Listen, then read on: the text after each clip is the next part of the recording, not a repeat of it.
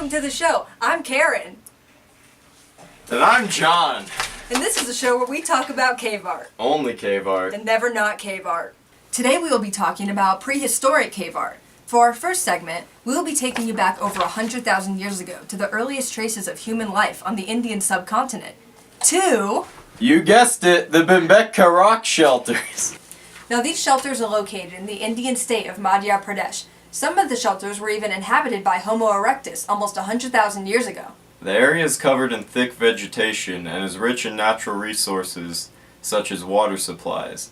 It also has numerous natural shelters. A large number of paintings have been discovered at the site.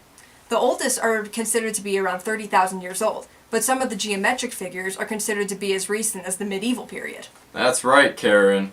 And the ancient artists used the power of the vegetable to create the colors in their paints. These paintings have endured to this day because they were painted in deep niches in the walls. There were 5 periods of artwork in the cave. The first one was the Upper Paleolithic period, which included linear representations and large figures of animals. The Mesolithic period included art involving humans, animals, hunting, weapons, small stylish figures, and basic human interaction. During my favorite period, the Chalcolithic, the inhabitants of these structures were often in contact with the Malwa people, exchanging goods between each other. The early historic period consisted of decorative art, and mostly red, white, and yellow, symbolizing religious symbols, beliefs, association of writers, and the presence of different scripts and different periods throughout time. I got it. Good work, John. This next period is a personal favorite of mine. I'm talking about the medieval period. During this period, the artwork shifted to more geometric and linear designs, showing degeneration and crudeness. And now we're going to go to our weatherman, Jeff, for the weather. Thank you, John. As you can see, it's windy. Thank you, Jeff, for that very descriptive weather report. Jeff's my favorite. Now we're going to throw it out to our field reporter, Jack, who's on site at the Cave of Altamira for a special report. Is this thing on? Oh, we're going? Okay. Thank you, John. I'm out here at the Cave of Altamira in Cantabria, Spain, with Janet Bertram. Janet, would you like to tell us a little bit about yourself? Well, I have been studying archaeology my whole life, and the Cave of Altamira is my life. Yeah, is your family interested in this work? Do they support you in this endeavor? The cave is my family. And you don't have a husband, no kids? No. Okay then.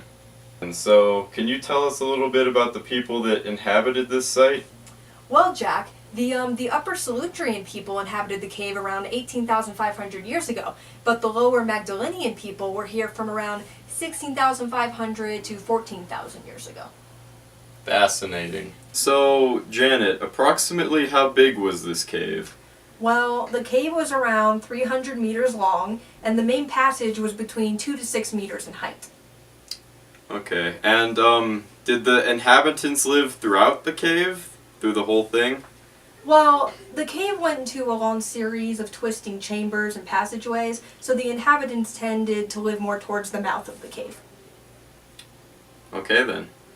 Alright, so now getting to the important stuff, the cave art. Could you tell us a little bit about the paintings in this cave?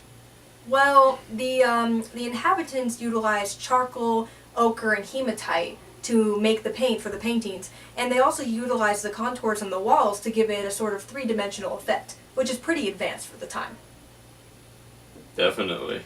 And what did the paintings in the cave actually depict?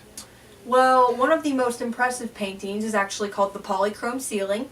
It depicts an extinct herd of steppe bison, horses, and a number of other animals. There were also some abstract shapes present, and more of the Solutrean paintings were of animals and handprints. You heard it here first, folks. So, has the artwork in this cave had any long-term impact on the surrounding region?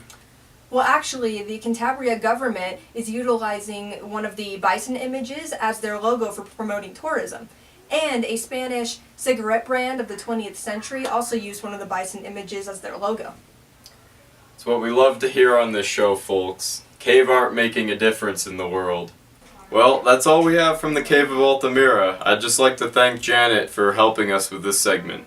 Thank you so much, Jack. It was great being here. Have fun with the cave.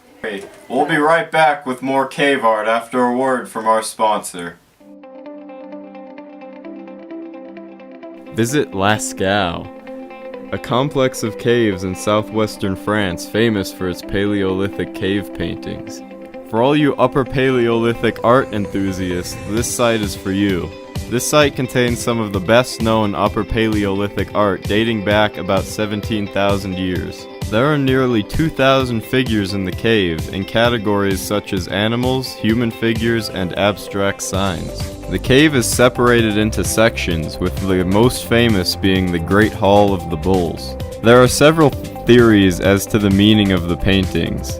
Some people think they're prehistoric star charts, some others think they depict past hunting successes, and others think they simply show animals living in their natural environment. Due to the fact that the cave has been closed to the public for over 50 years due to CO2 and mold, you cannot actually visit Lascaux. However, we do have a replica that you can see.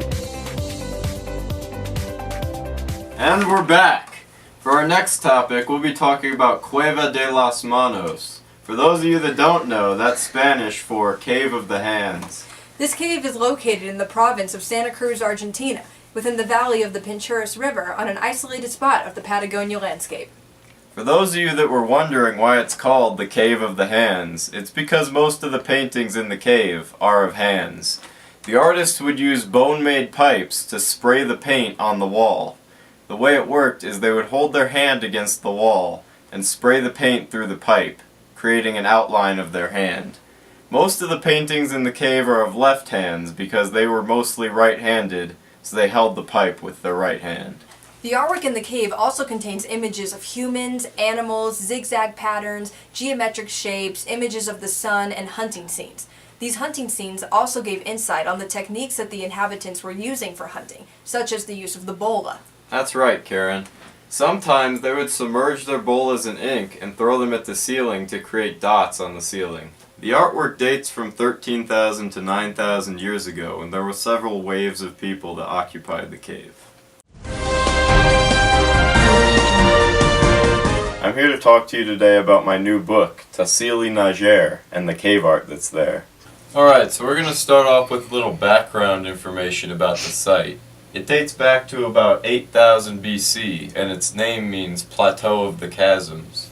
So the site is located in the Central Sahara in southeastern Algeria.